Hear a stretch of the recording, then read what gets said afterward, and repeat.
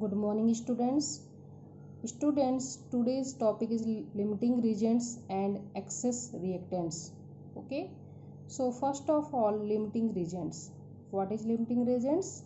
Limiting reagents means the reactants which is entirely consumed when a reaction goes to completion. Means जब भी कोई reaction proceed होती है तो उसमें जो रिएक्टेंट्स पूरी तरह से कंज्यूम हो जाता है उसे हम लिमिटिंग रिएजेंट कहते हैं. क्लियर?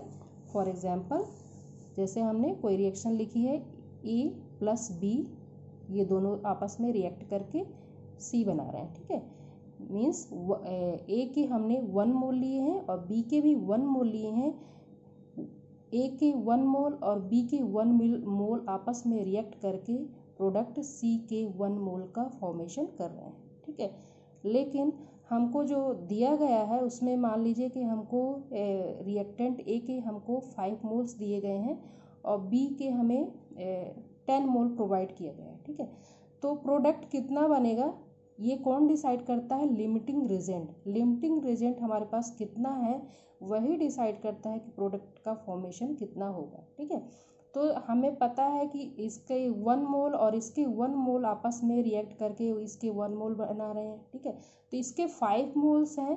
ठीक है. और इसके 5 मोल्स ले लेंगे तो कितने मोल्स प्रोडक्ट बनेगा? 5 मोल्स बनेंगे. तो इसके पूरे 5 मोल्स कंज्यूम हो जाएंगे और इसके 5 मोल्स कंज्यूम होंगे और 5 मोल्स बच जाएंगे. तो ये कौन सा रिएक्टेंट कहलाएगा? Excess reactant. और जिसके पूरे मोल्स कंज्यूम हो जाएंगे वो लिमिटिंग रिएजेंट कहलाएगा. क्लियर? अब लिमिटिंग रिएजेंट में कुछ लिमिट्स हैं कि लिमिटिंग रिएजेंट्स की प्रॉब्लम तभी होती है. मीन्स लिमिटिंग रिएजेंट वाले रिएक्शन में क्या होता है, ऐसी रिएक्शन को लिमिटिंग रिएजेंट के उसमें आएगा जिसमें 2 और मोर देन 2 रिएक्टेंट्स, मीन्स जिसमें 2 या 2 से ज़्यादा रिएक्टेंट्स होते हैं, उसी में लिमिटिंग रिएजेंट्स फाइंड आउट कर सकते हैं. ओके. और दूसरा है any one of them may be limit and is called limiting reagent. Means जो लिमिट में है उसको लिमिटिंग रिएजेंट कहेंगे. ठीक है. लिमिटिंग रिएजेंट से डिसाइड करता है कि प्रोडक्ट का फॉर्मेशन कितना होगा. ठीक है. अब ये तो ऐसी रिएक्शन थी जिसमें एक सिंगल प्रोडक्ट बन रहा था, लेकिन ऐसी भी रिएक्शन होती है जिसमें 2 प्रोडक्ट बनते हैं. ठीक है. तो मान लीजिए कोई दो रिएक्टेंट भी हैं और 2 प्रोडक्ट भी हैं. ठीक है. तो जैसे कोई हमने रिएक्शन लिखी A प्लस B और मिला ये दोनों को आपस में रिएक्ट करते तो प्रोडक्ट C और प्रोडक्ट D का फॉर्मेशन कर रहा है. ठीक है. अब ये हमारी जो रिएक्शन है ये हमसे क्या कहती है कि रिएक्टेंट A के 2 मोल्स, ठीक है, और रिएक्टेंट B के 3 मोल्स जब आपस में रिएक्ट करते हैं तो प्रोडक्ट C के 4 मोल्स और प्रोडक्ट D के 5 मोल्स का फॉर्मेशन करते हैं. ठीक है. ये इसकी स्टोइकियोमेट्री हमसे कहती है. ठीक है. लेकिन हमको जो A के कितने मोल्स दिए गए हैं टोटल 10 और B के कितने दिए गए हैं 50 मोल्स. ठीक है. तो इसके लिए हम कैसे, ये तो सिंपल रिएक्शन थी तो हमने ऐसे इसको चेक कर लिया कैसा है, लेकिन इसको कैसे फाइंड आउट करेंगे कि इसमें लिमिटिंग रिएजेंट कौन सा. ठीक है. तो इसके लिए हम क्या करते हैं कि जो रिएक्टेंट है उसकी स्टोइकियोमेट्री का रेशियो, रिएक्टेंट्स के स्टोइकियोमेट्री के रेशियो और उनके मोल्स का रेशियो अगर इक्वल नहीं है तो वो लिमिटिंग रिएजेंट की प्रॉब्लम. ठीक है. अगर इनके रिएक्टेंट्स और स्टोइकियोमेट्री का रेशियो अगर इक्वल है तो लिमिटिंग रिएजेंट की प्रॉब्लम नहीं है. मीन्स इनके जो आपस के स्टोइकियोमेट्री का रेशियो और इनके मोल्स का रेशियो मीन्स अगर इक्वल नहीं है तो इसके लिमिटिंग रिएजेंट की प्रॉब्लम है. जैसे हमने यहाँ जो रिएक्शन लिखी है इसके निकालते हैं स्टोइकियोमेट्री ऑफ A, ठीक है, अपॉन स्टोइकियोमेट्री ऑफ B. ठीक है. तो ये इसका स्टोइकियोमेट्री 2, इसकी 3, तो 2/3 हो गया. ठीक है. फिर इधर इसके मोल्स भी लिखेंगे. इसके A के मोल्स कितने हैं 10. ठीक है. और B के मोल्स 50 है. ठीक है. तो इनके मोल्स का भी ratio moles of A divided by moles of B. इनके मोल्स का रेशियो देख लेते हैं तो देखते हैं कि 2/3 है इधर 10/50. ठीक है. तो ये आपस में इक्वल नहीं है. इसका मतलब क्या है कि ये लिमिटिंग रिएजेंट की प्रॉब्लम है. क्लियर? तो सबसे पहले हम फर्स्ट स्टेप में क्या करेंगे, किसी भी रिएक्शन को में सबसे पहले ये चेक करेंगे कि वो लिमिटिंग रीजेंट की प्रॉब्लम है या नहीं है। क्लियर। फिर सेकेंड स्टेप में क्या करेंगे, फाइंड आउट लिमिटिंग रीजेंट्स। सब लिमिटिंग रीजेंट, अब रिएक्शन में प्रोडक्ट दो रिएक्टेंट है तो इनमें से कौन सा लिमिटिंग रीजेंट है ये कैसे हम पता करें।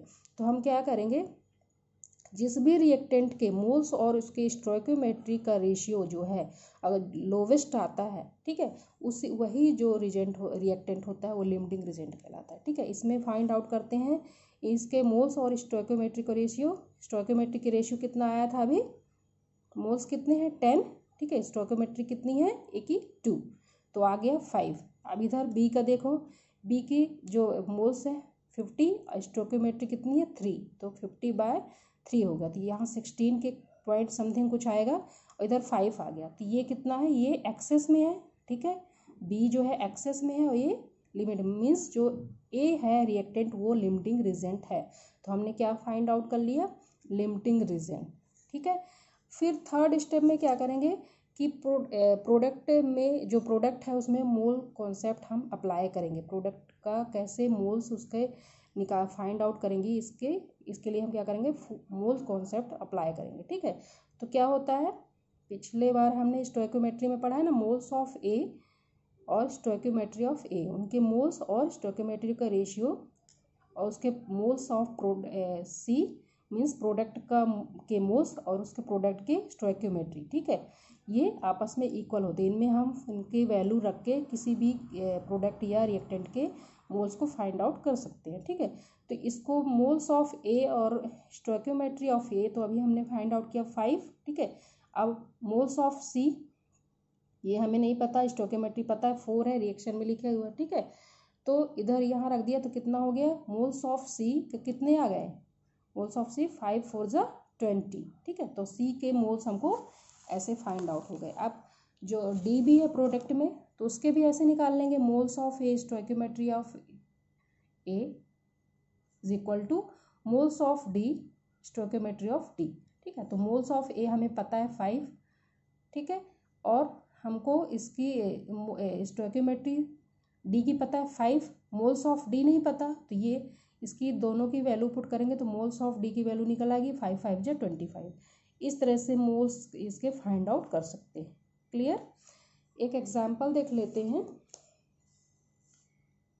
If 54 gram of aluminium reacted with 160 gram of oxygen, ठीक है, find out weight of product का वेट हमको फाइंड आउट करना। तो उसी तरह से जैसे मैंने अभी बताया स्टेप्स उसी तरह से अप्लाई करना। सबसे पहले क्या करेंगे कि इस रिएक्शन लिखेंगे, क्या बोला है, एल्यूमिनियम और सबसे पहले क्या कौन कौन से रिएक्टेंट है, एल्यूमिनियम और ऑक्सीजन, ये आपस में जब रिएक्ट करते हैं तो क्या बनाते हैं, एल्यूमिनियम ट्राइऑक्साइड बनाते हैं। ठीक है, ये रिएक्शन को लिख लेंगे और इसको बैलेंस भी कर लेंगे। बैलेंसिंग हम पीछे पढ़ चुके हैं पिछली क्लास में। ठीक है, अब इसके लिए सबसे पहला स्टेप हम क्या बोला कि लिमिटिंग रिजेंट की रिएक्शन में ये चेक करना है कि लिमिटिंग रिजेंट की प्रॉब्लम है या नहीं। इसके लिए आप क्या करेंगे, स्टोइकियोमेट्री और उनकी आपस में स्टोइकियोमेट्री का रेशियो देखेंगे, मोल्स का रेशियो देखेंगे कि इक्वल है कि नहीं।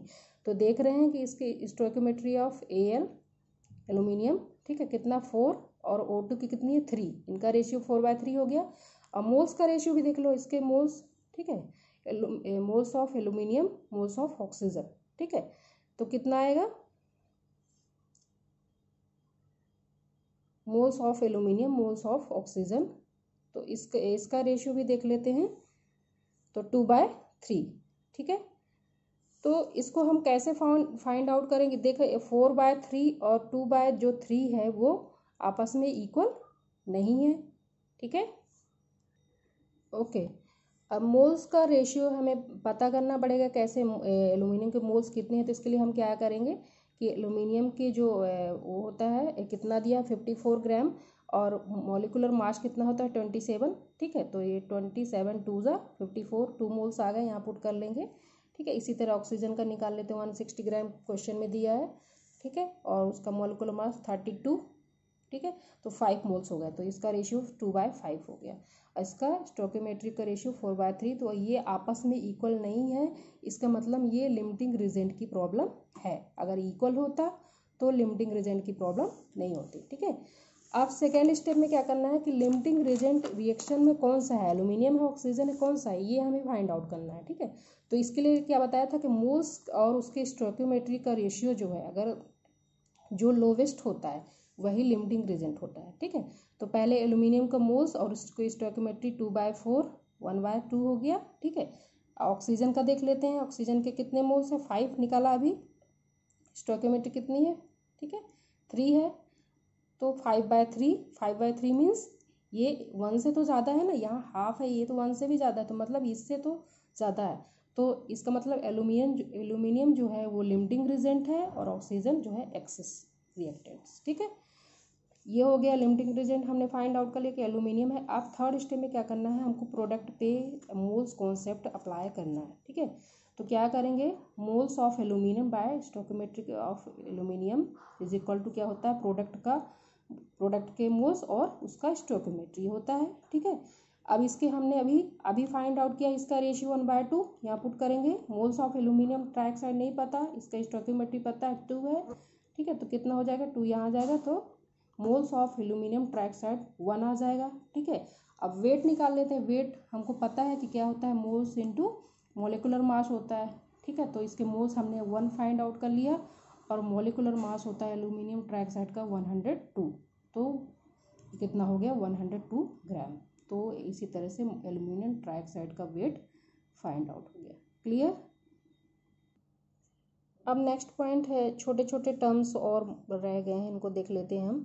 फर्स्ट है molarity. Molarity means it is defined as the number of moles of solute dissolve per litre of solution. ठीक है, 1 लीटर मतलब पर 1 लीटर सोल्यूशन में कितने मोल्स उसमें सॉल्यूट के डिजोल्व हैं, उसे हम क्या कहते हैं, मोलैरिटी। ठीक है, तो मोलैरिटी इज इक्वल टू क्या होता है, WB/MB into 1000 volume of solution in ml, जहाँ जो WB है वो क्या है, वेट ऑफ सॉल्यूट, MB क्या है, molar mass of solute, weight और उसका मोलर मास।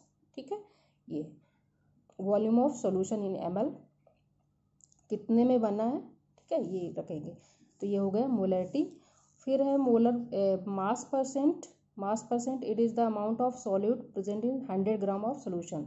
ठीक है, सॉल्यूट का कितना, 100 ग्राम सोल्यूशन में कितने परसेंट अमाउंट प्रेजेंट है सॉल्यूट की, वो है मास परसेंट। इसको कैसे निकालेंगे, परसेंटेज में निकलेगा। ठीक है, weight of solute, weight of solution. ठीक है, दोनों का वेट और उसको 100 से मल्टीप्लाई करेंगे तो ये निकल आएगा मास परसेंट। क्लियर। इसी तरह मोलैरिटी क्या है, number of moles of solute 100 ग्राम, यहाँ लीटर में था। ठीक है, लीटर या ml में, इधर ग्राम में। ठीक है, फर्क बस इतना ही है।